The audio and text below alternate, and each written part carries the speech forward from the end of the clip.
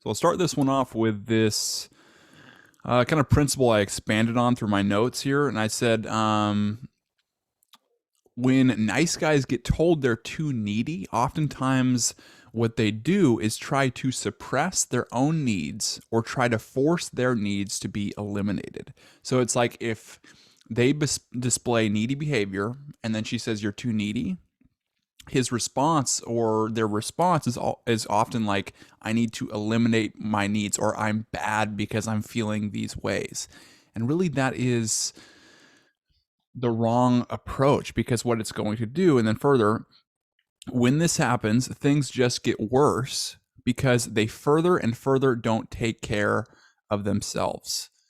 And so it's like when we try to suppress or say that our feelings are bad, then it's like we don't take care of ourselves. And so it's like we don't feel those things that we need to feel. And that's where really that sense of a little bit, well, yeah, of selfishness comes into play, because it really is a necessary component to relationships, because you have to take care of yourself before you can really take care of others. And if you're only taking care of others and never taking care of yourself, or saying like, "I'm bad for having needs or feelings," then we'll just suppress that, and then we'll just become empty and emptier. And then eventually what we'll find is, like, when we feel like we're empty or we're not taking care of ourselves and we're only taking care of others, it's like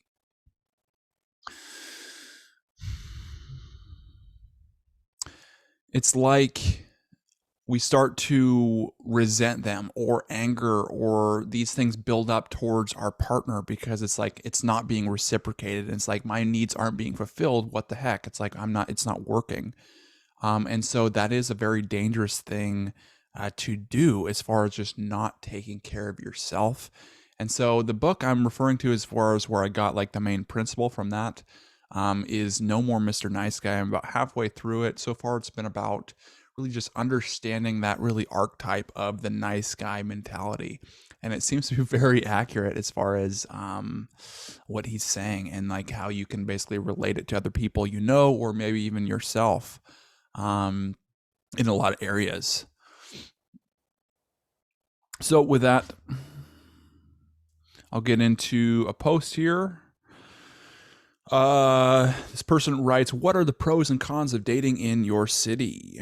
I've been thinking about how different cities have their own unique set of advantages/disadvantage, and when it comes to dating, I'm super curious about y'all's experience. For me, she lives in LA. Pros: so many people here, so many options, lots of activities/things to do, incredible diversity. Cons: so many people here.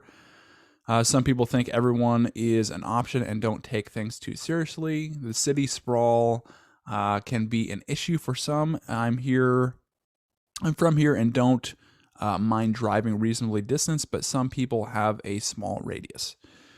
Okay, yeah, I'll just talk about my city a little bit. It's like 8,000 people. It's a little different than the millions at LA, probably. 3 stoplights. As far as dating, it is tough to meet other people. As far as people kind of have their own niches, or they already have their established friendships, or it's like the dynamic is just so close knit, and so it's like everyone kind of knows everyone kind of deal. So you'll find, meeting people probably at like coffee shops, but there are limited locations. So it's like you have to really frequent like maybe the same location a lot. At least that's what I do as far as like being known. When you do go on dates, sometimes, like you were talking about, like there's so many people, so there's like an abundance. Sometimes what you get with the small town is like,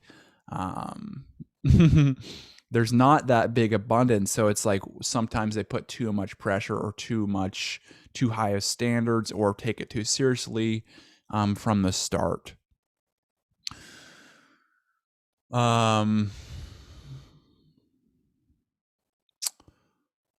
Yeah, and so I guess that's kind of what I'd go for, just kind of like a short answer there.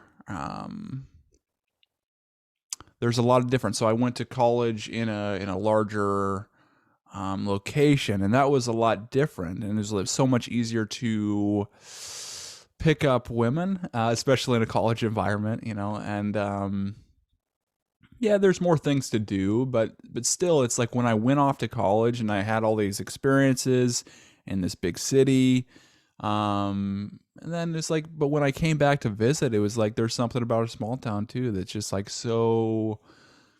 I don't know, when you walk, when you drive in and then you see all the mountains and everything, it's just like, oh, it's kind of like you relax a little bit, and it's just kind of like I don't know, you get some kind of like connection to the place where you don't necessarily get that with a big city. Everything's moving so fast, where the pace here is much more slow. Um, so, matter of personal preference. Sometimes it is difficult. So it's like meeting people. Oftentimes you'll see, like, if I match people with on like online dating, it's like oftentimes they're like an hour away.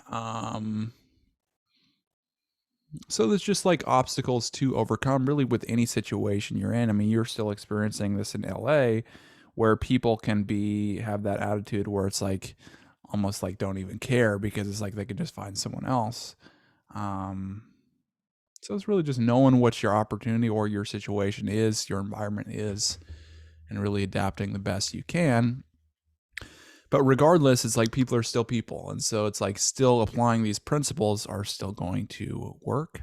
Um, and and those principles really make for a good and healthy relationship no matter what.